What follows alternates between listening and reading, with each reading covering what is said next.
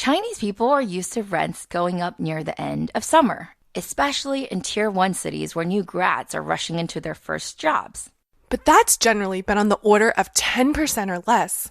This year, however, rents in Beijing went up 22% in the last year as of July 2018. The residents are angry, super angry. There's a lot of viral posts of people sharing how their rents are going up suddenly for no reason they can understand, and that they keep on having to downgrade to smaller and smaller places. With one office worker sharing how she eventually ended up in a 5 square meter, that's 50 square feet, closet. That was all she could afford. Now, normally one would attribute this to the whims of market economics, supply and demand and all that good stuff. But this year, tech is being implicated. Not in the sense that tech companies are driving up rents like here in the Bay Area, but that the rise in rents is due to the very operations and business models of real estate startups. Indeed, one of the main parties being blamed for the sharp spike in rents are long-term rental startups like Zroom, Ziroom, and Danke. Some headlines are even proclaiming that it's the influx of venture capital and private equity that's making life difficult right now for Chinese citizens. Unless you're a full-time China watcher, you might not have heard of these companies, but they're quickly changing the landscape of urban living in China. And we're also beginning, by the way, to see a few of these pop up in the US. Not quite the same, but similar. How do these companies work? And are they really the culprits behind soaring rents in Beijing? Let's find out in today's Tech Buzz China. The president's key economic team goes to China. After a whole night thinking, I say I still want to do it.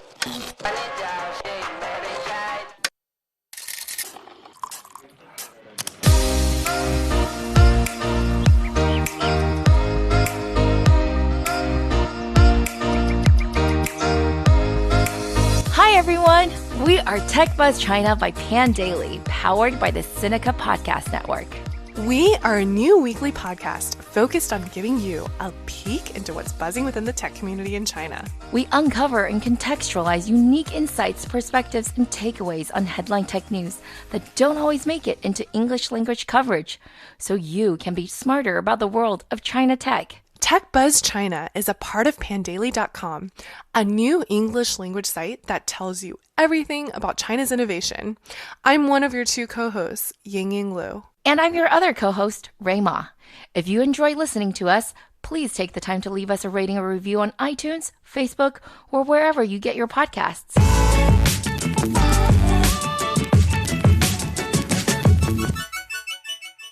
So when I left Beijing at the end of 2015, I was sharing a spacious 2-bedroom in Central Park.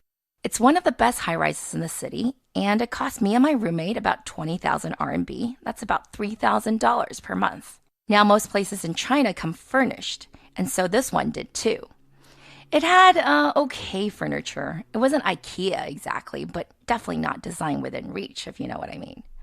I just checked, and similar units will be going for about 3,600 now, or about 20% higher. It's been almost 3 years, though, since I left. So the increase in rent doesn't really seem too bad to me. Oh, I know that building, Ray. And yeah, that's definitely on the higher end. But, wow, I must have been living in San Francisco for too long now because that almost sounds cheap to me.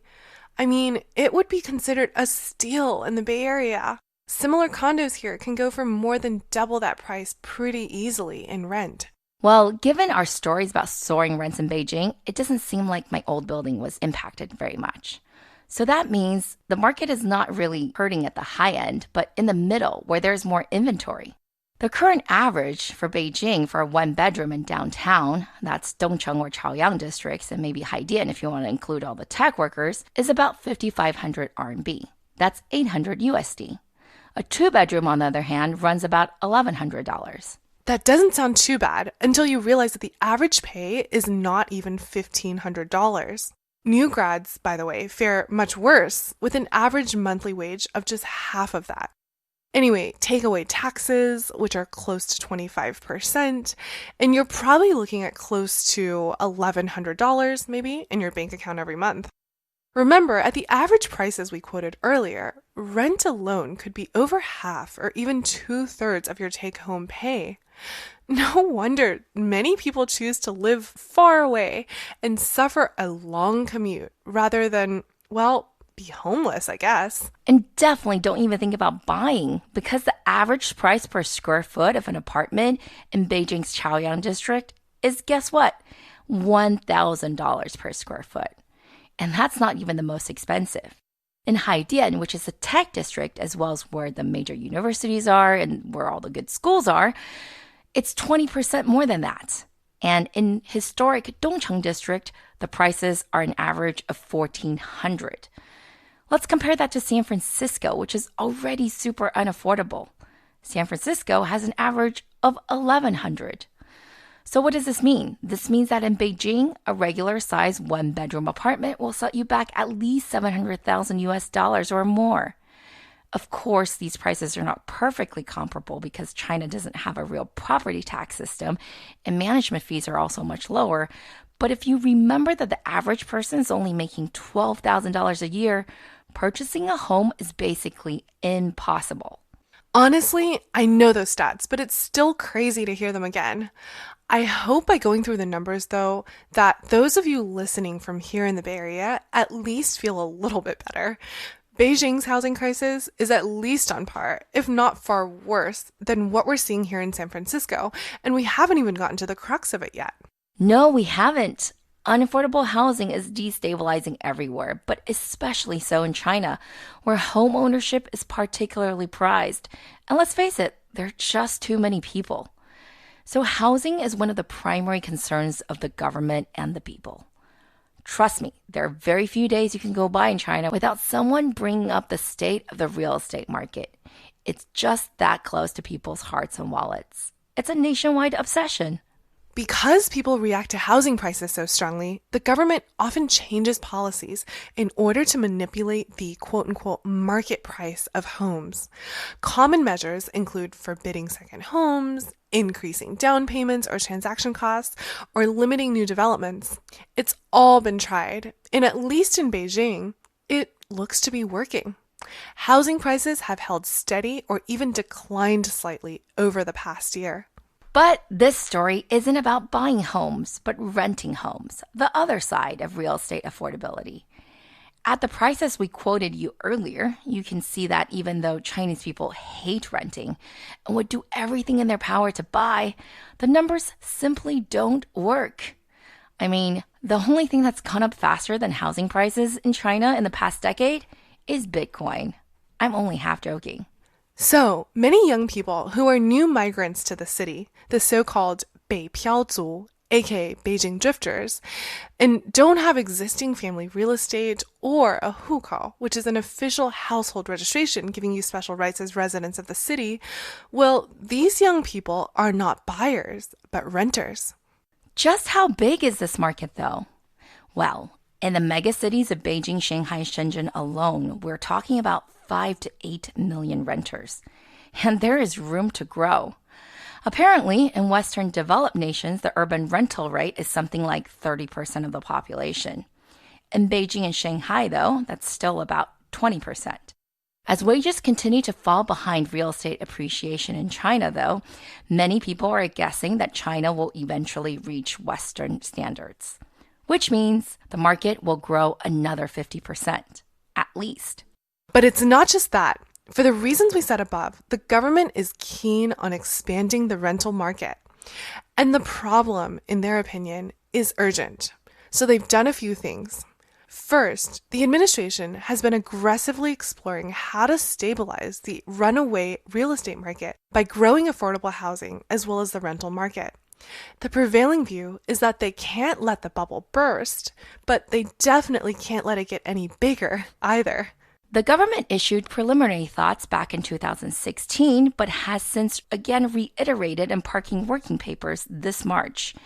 And in June, the party officially asked the country's banks to help accelerate the development of rental markets. So what did the state banks do?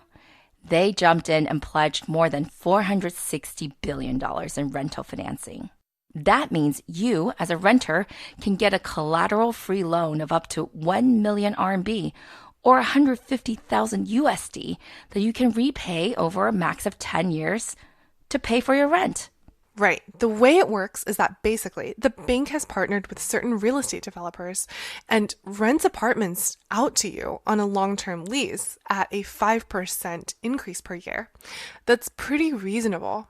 They pay the developer up front, you pay the bank in installments, and that's effectively your rent. For many people, this amount ends up being lower than what they could get if they were to rent on their own. It's nice that the government cares that its citizens are straining under the pressures of unaffordable housing. I really wish the Bay Area would take a clue.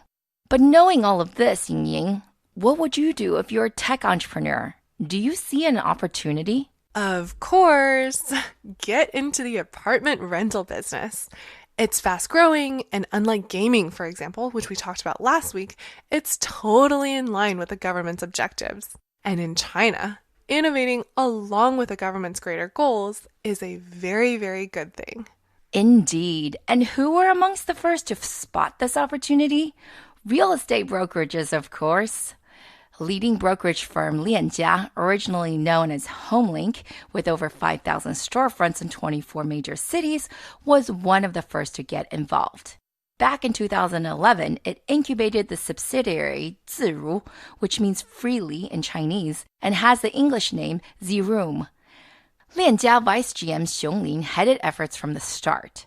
Since then, it has served over 150,000 landlords and their 400,000 apartments in 5 major cities, of course Beijing among one of them.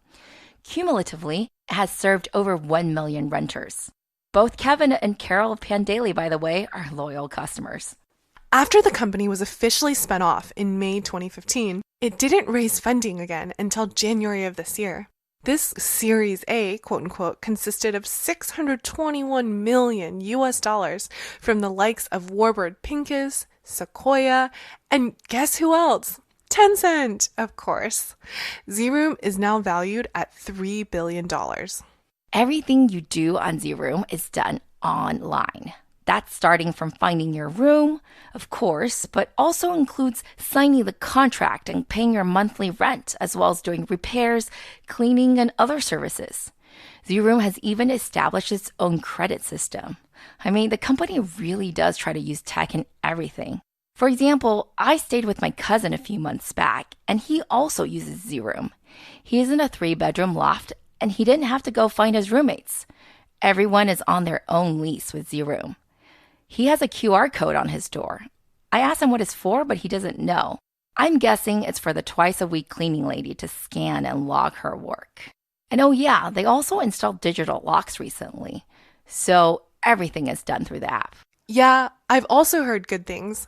It totally fits the millennial and digital native lifestyle.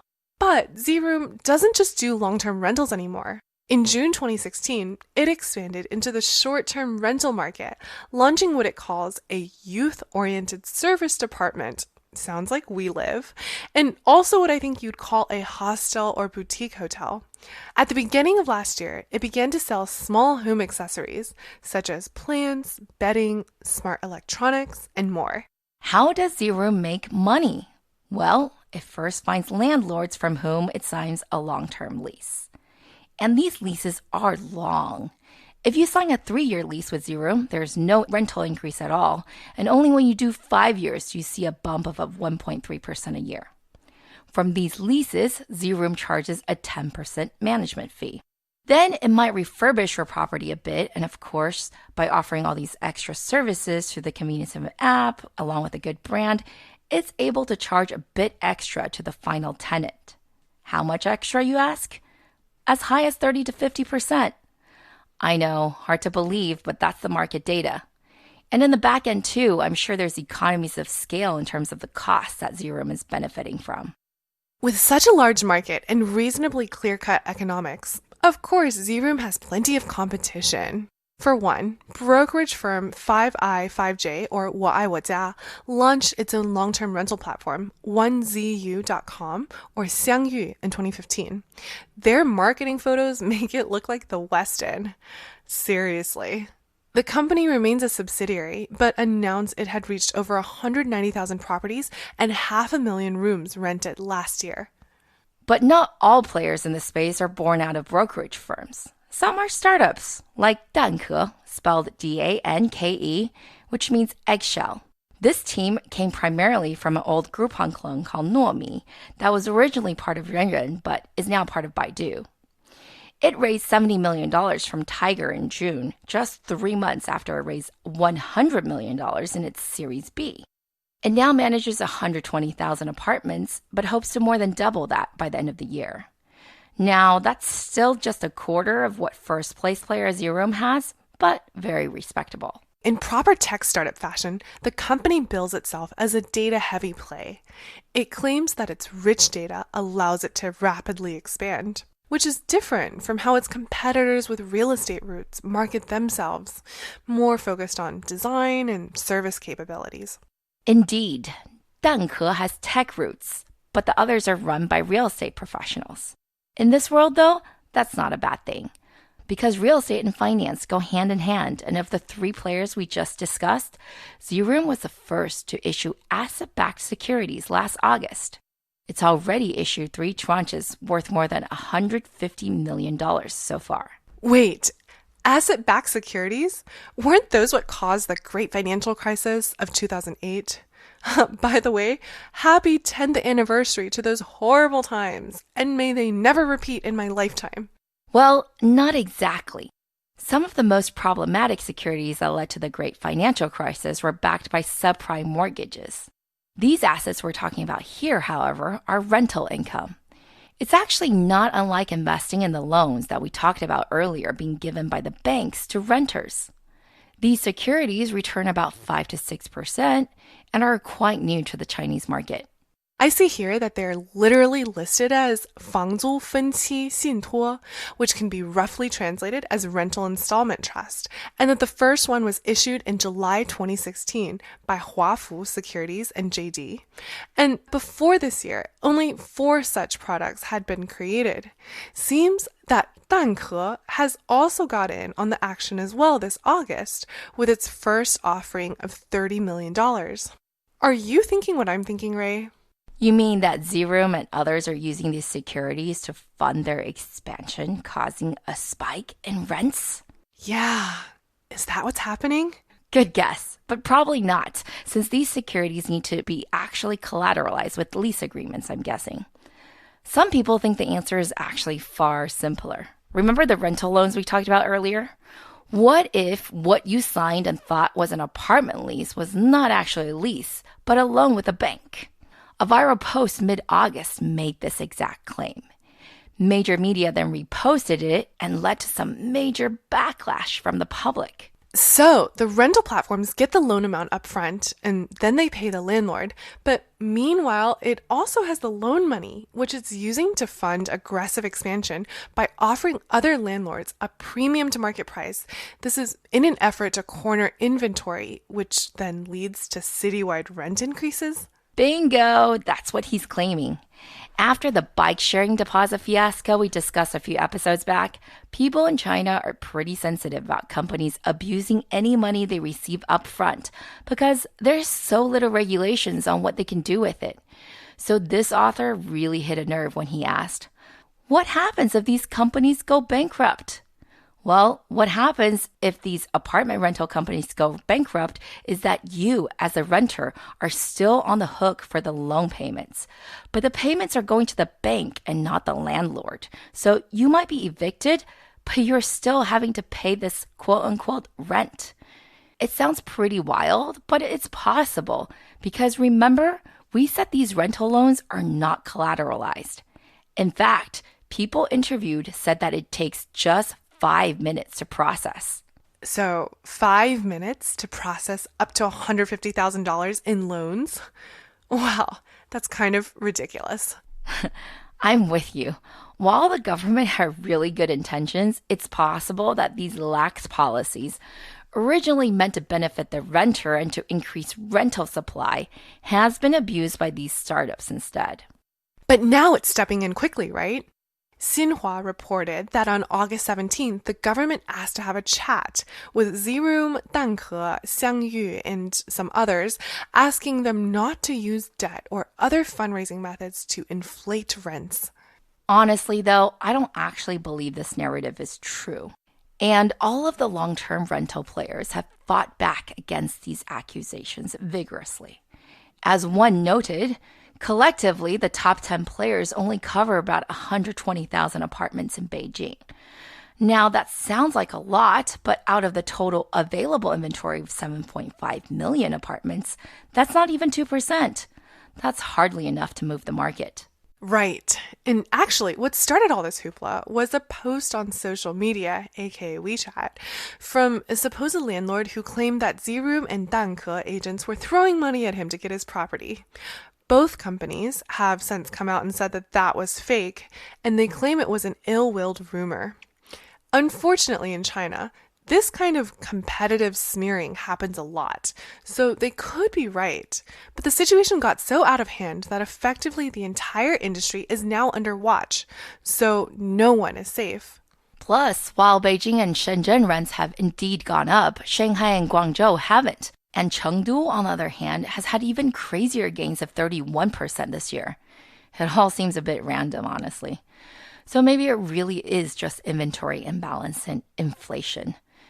Anyway, rents in China are still ridiculously low compared to purchase price. The current yield is 1%, when it really should be 6 to 7%. Yikes. Sucks to be a landlord. But it's interesting the industry has taken off despite such crappy yields.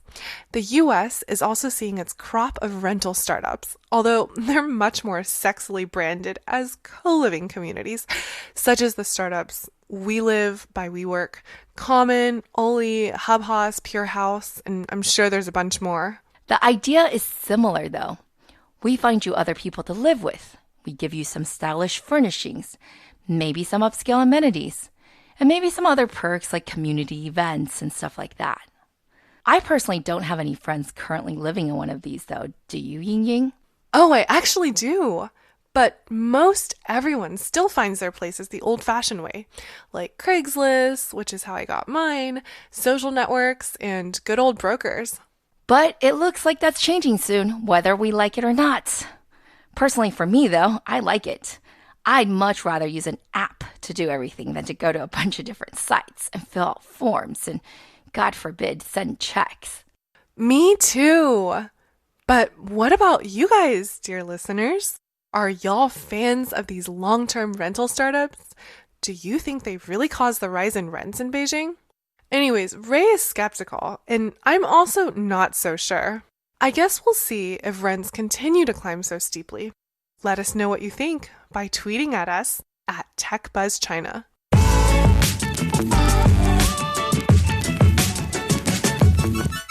We'd like to give a shout out to our partners at SupChina. In addition to our podcast here with Pandaily, they publish the excellent Sinica podcast, a weekly discussion of current affairs on China with journalists, writers, academics, policymakers, and business people. While we only focus on tech, they really give you the entire overview. Go check them out, guys.